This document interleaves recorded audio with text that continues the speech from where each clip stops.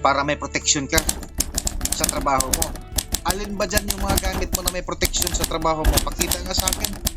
Yes. Ito sir yung ano. Kabalik ka na para yung pinawanan.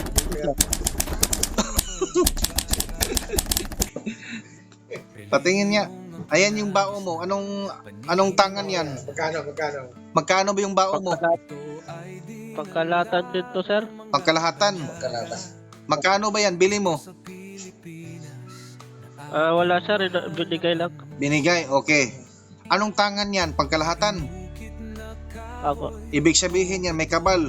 Hindi katabla ng sunda ay itak. Hindi katabla ng bala. Tama? Mali? Okay. Malinaw. Bakit nag-aakit? Bakit ang baho mo nag-aakit? Sige. Ayun sir. Ayan na lahat. Kinilala mo, bumuhat ng bato. At pumasa ng kahoy na kaibigan. E di, papatalo siya yung pagkatao niyo. Oh. Yang kinikilala mo na bumuhat ng bato, bumuhat ng kahoy, yan ba ay Papatin ba? Papatin. yan Kilala mo ba yun? Ano mo? ano? Agos? Kilala mo ba yung may bitbit ng bato? Oh. Kilala mo ba ang may bitbit ng bato at nagpasa ng kahoy? What sir? Hindi mo kilala eh. Hindi niya kilala. Sabihin mo, kapag ikaw nagbitbit ng bato na mararamdaman. Kapag ikaw ang nagbitbit ng bato at nagbitbit ng kahoy, anong maramdaman mo? Sabihin mo, kapag ikaw nagbitbit ng bato habang buhay, ano mararamdaman? Oo. Kapag ikaw daw ay nagbitbit ng bato habang buhay, anong mararamdaman mo? Bigat. Mabigat sir. Bigat. Pag ikaw pumasa ng kahoy, Kapag buhay, ano mararamdaman? kapag ikaw ay pumasa ng kahoy, anong mararamdaman mo habang buhay? Mahirap din sir. Mabigat din.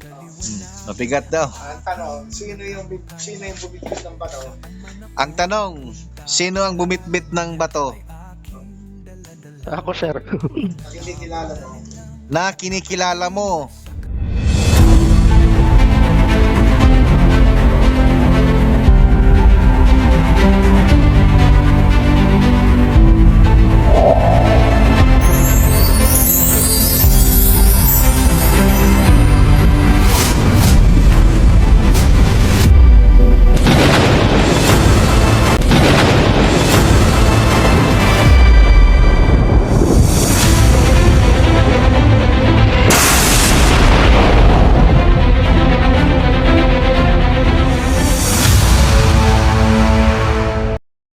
Hello? Hello. Hello, good evening. Yes. Anong may tutulong natin sa iyo, kapatid?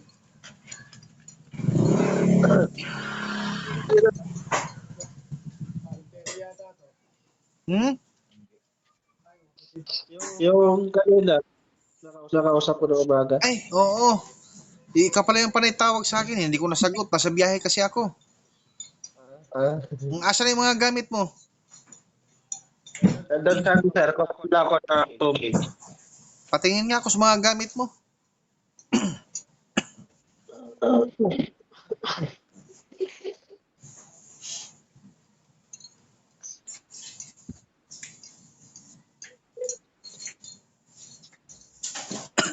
Oh, ang dami. Parang kang nag-bargain yan ah. Ang dami niyan ah. Dami to sir. Ha? Dami. Ano na? Naka-harvest? Marami to. Oo nga, marami nga oh. Oh. Meron ka palang kapangyarihan. May tanong lang ako sa iyo. Bakit pinili mo ang Trismundo? Eh, mayroon ka ng anting-anting o agimat. Ano bang mayroon sa Trismundo na wala sa inyo? 20. Ngayon sa kay Ber. Ano? Sa inyo. Ha? Sir. Ayusin mo, boses mo. Ano sabi mo?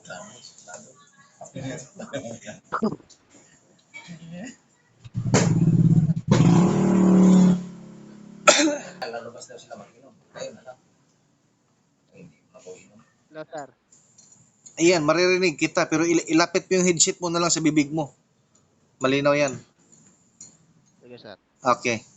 Tanong ko sa iyo ha. Ikaw ay may kapangyarihan bilang isang antingero. Bakit napili mo ang Trismundo? Anong mayroon sa Trismundo na wala sa inyo? Sa, napapanood ko kasi doon sa video nyo, sir. Na? Malaking pagkakaiba nung sa may anting-anting kaysa sa inyo. Sa inyo kasi salita lang. Oho. Sa inyo,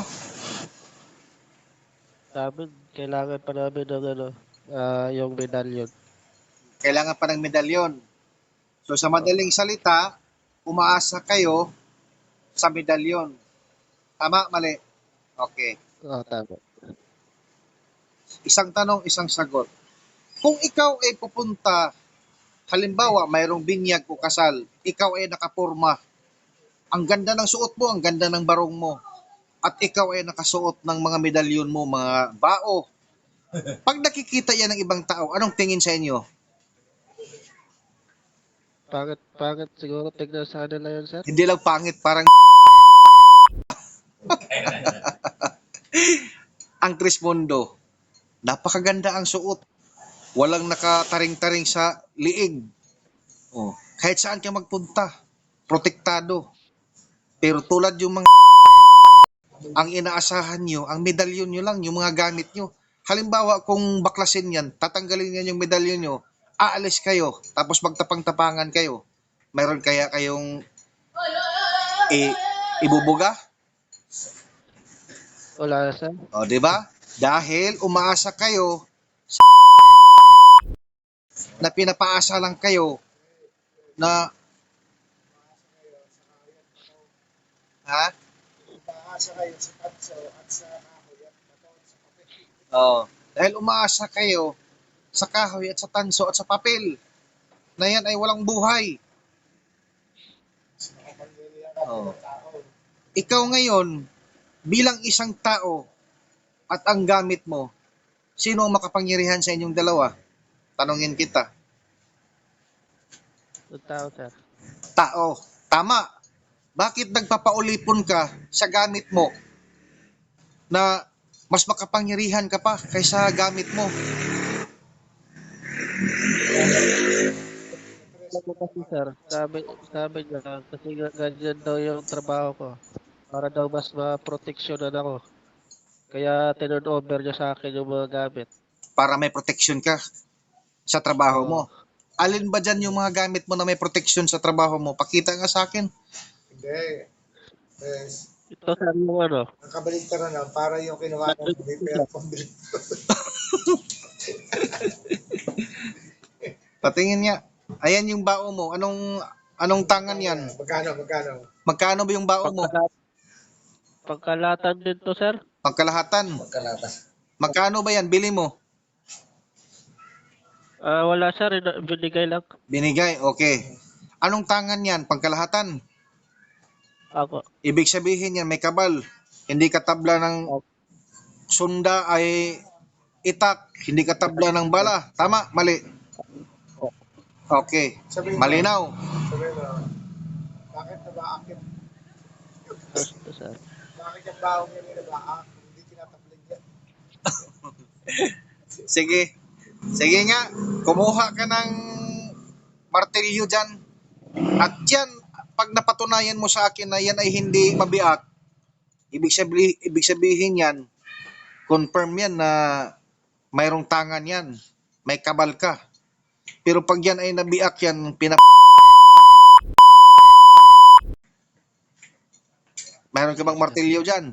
Papukin natin yan. At nang malaman mo din kung anong laman dyan. Parang totoo naman yan, totoo. Go. Wala yan sa Saan? O yan, yung itak mo. Sige, itakin mo. Ito, sir. Oo, yung bao mo. Hindi talaga daw yun ang pambato natin sa tulong mo. Ipatutok mo sa kamera.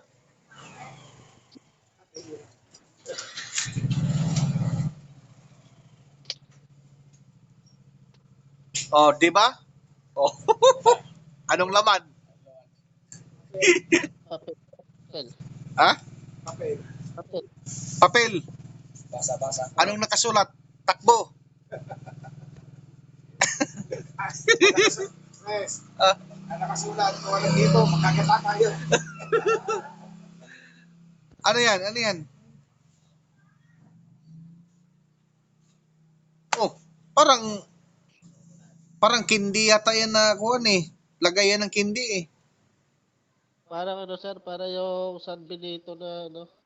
San Benito. Oo. Oh. Papel ang nakasulat. O ano pa? Tsaka may mga bato-bato. Oh, mga bato-bato ang laman. Oh. Yan ba'y Karton. oh, mayroon pang karton.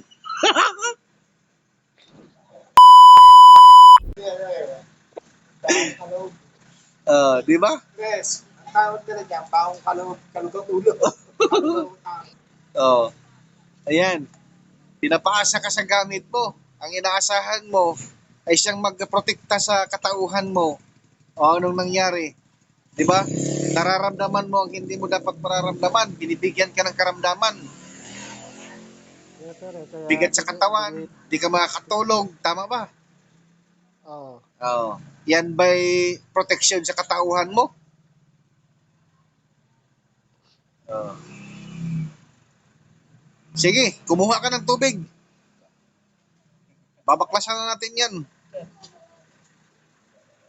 Sige sir. Di na natin yan patatagalin yan. Power. Ang tanong, sino ang bumitbit ng bato Ako sir. Ang hindi kilala mo. na kinikilala mo? Sa mulat yan eh. Sino? Demonyo yata sir. Hindi na niya alam. Kaya, Oo. kaya pumapatong sa'yo, kamingatan ng buwan. Kaya kaya pumapattern sa iyong katawan ang kabigatan ng bato at ang kahoy dahil siya ang kinikilala mo. Naintindihan mo ba? Apo sir. Oo. Yan ang pakiramdam mo ngayon na mabigat ang iyong katauhan. Ay, galing yan. Dahil dyan yan galing sa kinikilala mo, sa nagbitbit ng bato at sa nagbitbit ng kahoy. Nakatangi Ang isip kaya nagpapagbigan sa isipan. Oo. Ang katang-isipan na yan ay siyang nagpabibigat sa iyong Isipan. kaisipan. Kaya dala ang iyong katawan. Kaya dala ang iyong katawan. Hindi makatulog. Hindi makakatulog, mabigat ang katawan. Ganon ang pagpaparusa sa kinikilala mo. Ganon ang parusa sa kinikilala mo. Sige na, lulusawin natin yan. Ikaw naman. Tubig yung mainom. Yung malamig.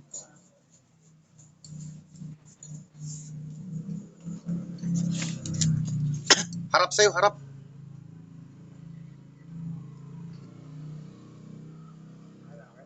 Yan. Pondo. At ang mga kapangyarihan ng Benito ay tuluyan mo ng pasok. Ako nga, Sige, namin mo. naramdaman ko ng linggo, Busin mo yan. mabigat man, baklas yung si ate. Yung binaklas ko yun. Ano?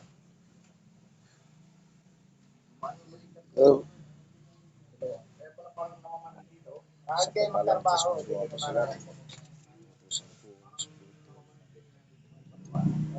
naman kaya pagpunta kayo magtrabaho, wala na kayo mararamdaman. Nga. Magkapagkapos na tayo tayo, dati. Pasok, lunok. Pag ganun ako nagtrabaho, laglag ako eh. Nagputay eh. Saka pag ako yung nakakatulog yung gigising, hindi ako makabangon-bangon eh. Ngayon eh, bali wala eh. Pakiramdaman mo, kumpara mo kanina at ngayon. May kagano dito. Ha? Lapit mo yung headset, lapit mo. Ano? Parang may nagko-kuryente sa ano ko dito. May nagakuryente. Hindi mo ba alam na ang kausap ko kanina ay ang nag-iisang isinugo dito sa mundong may buhay. Katabi ko ngayon. Kausap ko dito. Yan, nararamdaman mo. Apo. Anong kaibahan kanina? Parang gumagal yung mga katawan. Magaan. Dahil ang kinikilala mo, ang nag-iisang isinugo dito sa mundong may buhay, na si Trismundo Tres Hilario, ay walang bitbit na kumikilala sa espiritual ng araw, hangin at ang tubig.